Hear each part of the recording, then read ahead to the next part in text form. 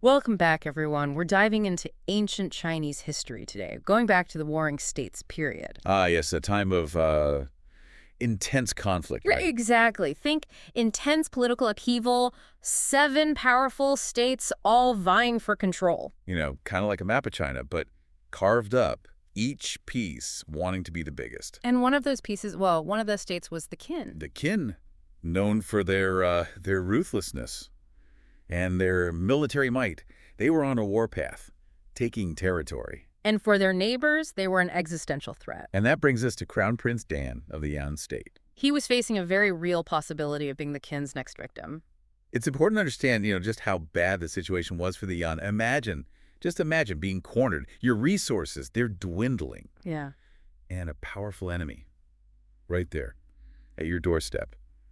Hmm. That was Dan's reality. It's a pretty desperate scenario. It is, and that's what makes this whole story so compelling. And we have these historical texts like records of the grand historian. Oh, and Zizi Tongjian.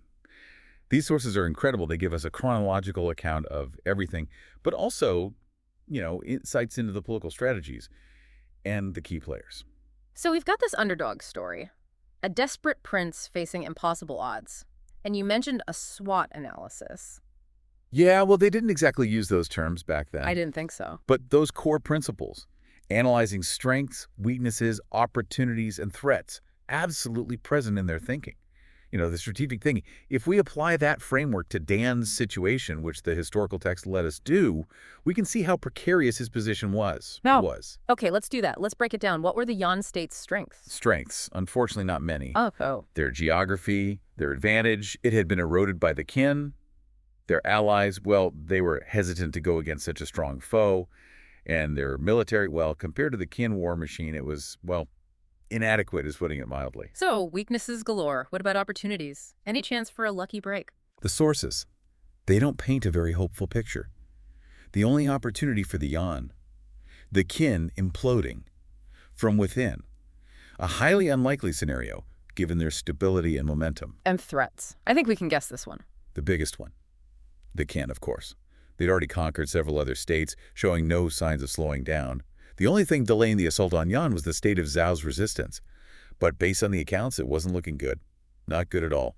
So Dan's in a strategic nightmare. Surrender seems like the only logical choice. You would think. But the sources say he does something far more daring. He did. Dan realized, going head-to-head, that was a guaranteed loss. He had to think differently. And his strategy, it gets fascinating here.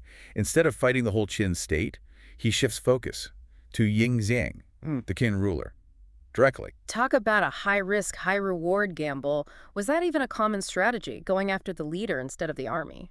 Extremely unconventional. Most strategies focused on, territory, strategic alliances, large-scale battles. Dan's plan, it was radical, a radical departure. It speaks volumes about his desperation, I'd say, but also his willingness to think outside the box. Absolutely. It makes you wonder, though, what was the thought process? Pure desperation?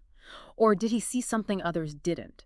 What could he possibly gain by targeting Ying Zheng? That's where the SWOT analysis is really helpful. Remember, Dan had almost no strengths, tons of weaknesses. Conventional war, it was a losing proposition.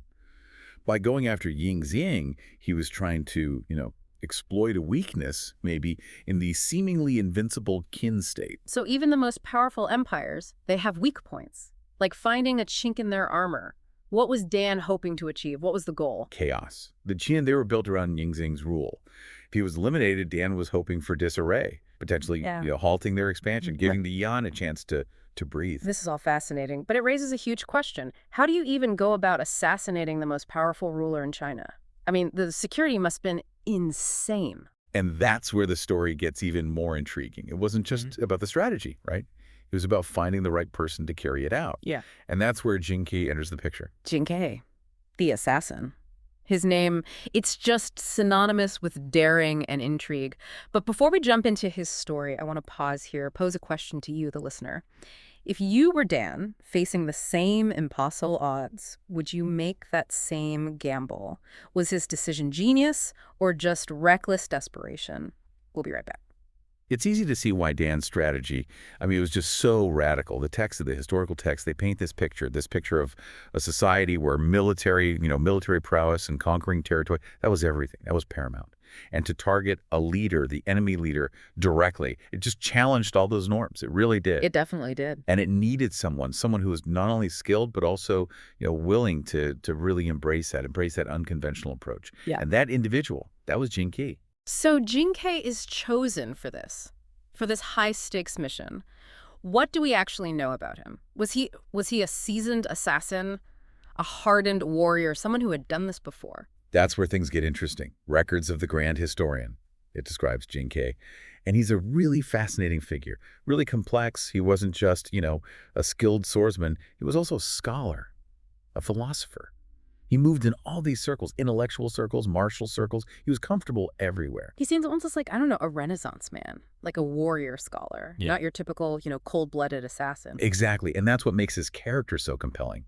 The sources mention his connections to all these influential figures, his ability to, just hold his own in debates, philosophical debates, and his understanding, of strategy, of human nature. It ran deep. And these weren't traits you'd usually associate with assassins, not really. It seems like Dan, he was looking for more than just a hired sword. He needed someone with brains and brawn. Absolutely. He needed the whole package. But there's also this detail about Jing Ke, sometimes backing down from challenges, appearing cowardly at times. The sources talk about an incident where he's discussing, debating swordsmanship with these masters, and then he just walks away when challenged. Right, and that's one of the many things, the many contradictions that make Jing Ke so enigmatic, so mysterious. Right. Was it cowardice? Was it strategic? Was he hiding his true skill? Or was it something else, something we're not seeing? Maybe he understood that true strength. Maybe it's about choosing your battles wisely, especially when you have this bigger mission at stake. Maybe playing the long game, biding his time. But if he was so skilled, why would Dan need to, to gather 20 assassins? Like the sources suggest, what happened to the other 19? That's a mystery. History hasn't given us the answer to that one. It really speaks to the secrecy, the intrigue around all of this whole plot. We can only guess about, their fates, their skills, what roles they played. It's fascinating to think about. It's like we're seeing these glimpses, of a bigger story, this world of spies, covert operations. Right. But for some reason, it's Jing Ke's journey that we follow, and his time in the Yan state before the assassination attempt. That's particularly interesting to me. It is. The sources, they describe him living this really unconventional life, carousing in the market, drinking with a dog butcher. And the musician, Gao Jianli, they'd drink, Gao Jianli would play music, and Jing Ke, he'd sing. Sometimes he'd be laughing, sometimes weeping openly. It's such a vivid image. It's so different from that cold, calculating assassin we might expect. It's like he's embracing life, knowing what's ahead, knowing how serious it all is. It does challenge our assumptions. How someone, preparing for something so dangerous, how should they behave? Maybe this recklessness, maybe a psychological preparation, a way to steel himself, right? For the challenges ahead. Or maybe it was all an act. Misdirection. To deflect any suspicion, keep his cover.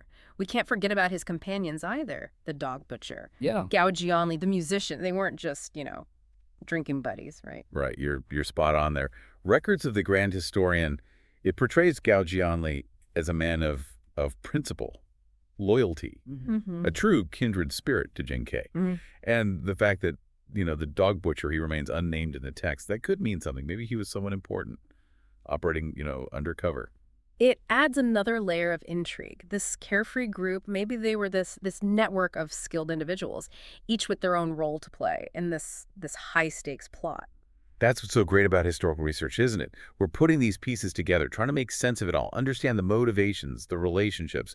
And in Jing Ke's case, it's through these connections that he crosses paths with Crown Prince Dan. And we have to remember Qian Huang, the hermit. He's the one who saw Jing Ke's potential and recommended him to the Crown Prince. Tianguang, he seems like that classic mentor, the one who sees the hero's potential, guides him. But the sources, they hint at a tragic twist. What happened to Tianguang? It's a reminder, a stark reminder of just how dangerous their world was. Zhu Wu, he was the former Qin general, right? Yep. The one who defected to Yan. He was the one who first recommended Tianguang to the Crown Prince. And that well-intentioned act, it put Tianguang in a very dangerous position. Why? Because he was associated with the defector. Exactly. In that world, in the world of courtly intrigue, any association with someone like Zhu Wu, it could mean treason. Tianguang, he realized the danger. and he wanted to protect them, Jiwu and Jing Ke. So he chose a tragic He path. sacrificed himself to protect the mission, and everyone involved. It's so tragic. It shows the loyalty, the selflessness that connected these individuals. It's really powerful. It is. His death, it reminds us of the personal cost, the sacrifices, all those things hidden beneath the bigger stories of war and politics. So we have Crown Prince Dan, desperate to save his state. He comes up with this plan. And then there's Jing Ke, the unconventional hero, chosen to carry it out. And his path, it's paved with mentorship and sacrifice. But how? How does he actually plan to get into that Qin court? I mean, it was heavily guarded. How would he get close enough to Ying Zheng to actually carry out the assassination? And that's where the brilliance, or maybe the desperation of Dan's plan, that's where it really comes in. They needed leverage, something so valuable, so important, that Ying Zheng would have to grant them an audience. And they found it in a very unexpected form. This is where I get hooked. What was it? What was this incredible leverage? What could possibly be valuable enough to get them access to the most powerful ruler in China? So we've got Dan and Jing Ke setting this plan in motion, this intricate plan, but what was it? What was this valuable leverage? I need to know. It was a map of the Dukong region, very detailed. And Dan, he offered to surrender it as a gesture of, goodwill. A map. That was enough to entice the Qin ruler. Just a map. This wasn't just A and Y map. This map, it represented, a strategic advantage, expansion potentially for the Qin. And Dan also offered something else. To sweeten the deal, you could say, something shocking. What could be more valuable than that? The head of Fan Wuji. Fan Wuji. Wasn't he a Qin general? How did his head end up as a bargaining chip? Well, Fan Wuji had, he'd fallen out of favor with Ying Zheng. He defected to the Yan state. And because he knew the Qin military strategies, he was a valuable asset to Dan, but also a liability. Offering his head, along with that map, was a calculated move to show Dan's sincerity and to lure Ying Zheng into a trap. It's an incredible power play. But even with this offering, I mean, I still can't imagine it was easy to get close to Ying Zheng. You're right, it wasn't. The gang court was incredibly secure, very strict protocols. But the offer, it was just too tempting. Ying Zheng agreed to a meeting, probably saw it as an opportunity, solidify his control and eliminate a threat. Fan Wuji. So the stage is set. Jing Ke, armed with that map, with a poisoned dagger hidden inside, he's going to the heart of the Qin Empire. It's almost unbelievable. It is, and it shows you Dan's cunning. And Jing Ke's, his willingness to put his life on the line. He couldn't go alone, though. The sources mention Qin Huang, a young man. He was chosen to go with Jing Ke to assist with the assassination. Qin Huang, was he a skilled assassin too, like Jing Ke? We don't know much about him. The historical texts, they don't give us a lot of detail about his background or his motivations. He's described as courageous, which, that's saying something. Imagine being in that situation, accompanying Jing Ke on this mission, knowing it could change everything. It's a lot of pressure. I can't even imagine. Did he play a crucial role in the plan? The sources, they mostly focus on Jing Ke. But Qin Wei, he was important. His presence, it was all about keeping up appearances, this diplomatic mission. As they approached Ying Zheng in the court, Qin Huang, he faltered, overwhelmed by it all. I don't blame him. Standing in front of the most powerful man in China, knowing you're carrying a weapon, a secret, it's terrifying. It is. But Jing Ke, he remained calm, at least on the outside. He presented the map, and as Ying Zheng unrolled it, revealing the dagger, Jing Ke lunged. So it all came down to that split second, that gamble. Did he succeed? He didn't. Ying Zheng, he managed to dodge the attack. According to records of the Grand Historian, there was a chase. Ying Zheng fleeing, Jing Ke pursuing. The element of surprise was lost. And the guards, they quickly surrounded Jing Ke. He fought bravely, but he was overpowered and killed. What a heartbreaking ending. After all the planning, all the sacrifices, it failed. What about Qin Huang? What happened to him? We don't know. The texts are silent on that. Maybe he was killed in the chaos. Maybe he escaped. It's one of those mysteries that history leaves us with. So this daring plan, this attempt to strike at the heart of the Qin Empire, it ended in tragedy. But what can we learn from this story? Is it just about, the futility of fighting against overwhelming power? I think it reminds us that history is unpredictable, that even the best plans, the most meticulous plans, they can go wrong. But it's also a story about courage, strategic thinking, what people will do to protect what they believe in. It really makes you think about choices, the choices people make when facing impossible odds. Dan's decision to target Ying Zheng, it was radical, genius, desperation, or maybe both.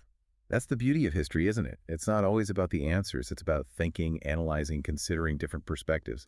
And Jing Ke, his willingness to go on this mission, his unconventional life, the sacrifices, all of it, it's what makes this story so captivating. This deep dive has taken us to ancient China, to a world of intrigue, strategy, and extraordinary people, people who dared to challenge fate. And even though the mission failed, the story of Dan and Jing Ke, it still resonates. It reminds us what humans are capable of, courage and cunning in the face of adversity. And it leaves us with a question. What would WE do if we face similar choices, knowing that everything we hold dear is at stake? That's a question worth thinking about. Thank you all for joining us on this deep dive. We've only just scratched the surface of this period in Chinese history, and I encourage you to keep exploring these stories. Draw your own conclusions. Until next time.